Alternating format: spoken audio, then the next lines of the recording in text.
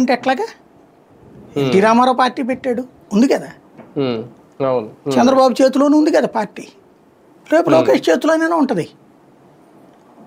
అది common. Party అనేటటువంటిది ఒక ప్లాట్ఫామ్ నాయకుడికి, అలాగే మోడీకి అది ఒక ప్లాట్ఫామ్. మోడీ లేకపోయినా బీజేపీ అట్లాగే ఉంటుంది, ఎక్కడికి పోదు. మోడీ వెళ్ళిపోయింది కాబట్టి బీజేపీ మూసేస్తారా? అది కామన్గా ఆలోచించాలన్నమాట.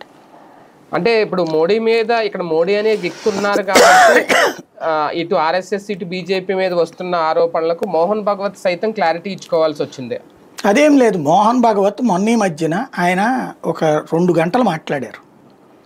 అందులోంచి ఒక ముక్క కట్ చేసి ఆయన ఎవరితోనో ఇంటర్వ్యూ ఇచ్చినప్పుడు 75 ఏళ్ల గురించి మాట్లాడుకొచ్చారు. ఓపిక లేకపోతే ఇట్లా ఉంటుంది అనేసి దాన్ని మోడీకి రుద్దారనమాట. మోడీని సంఘం శాసిస్తోంది అన్నటువంటిది. ఆ అభిప్రాయ భేదాలు లేకుండా అసలు అట్లాంటిది ఏం లేదని చెప్పుకొచ్చారు.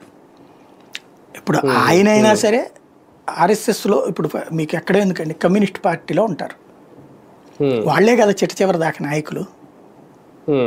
గాంధీల కుటుంబంలో వాళ్లే కదా నాయకులు. వీళ్ళ దాంట్లో అధ్యక్షులు మారుతూనే ఉంటారు. బీజేపీలో అధ్యక్షులు ఏం శాశ్వతం కాదు కదా. వెంకయ్యనాయుడు అధ్యక్షుడిగా చేశాడు, నడ్డా అధ్యక్షుడిగా చేశాడు, రాజ్నాథ్ అధ్యక్షుడిగా చేశాడు, రేపు ఇంకొకళ్ళు ఉండొచ్చు.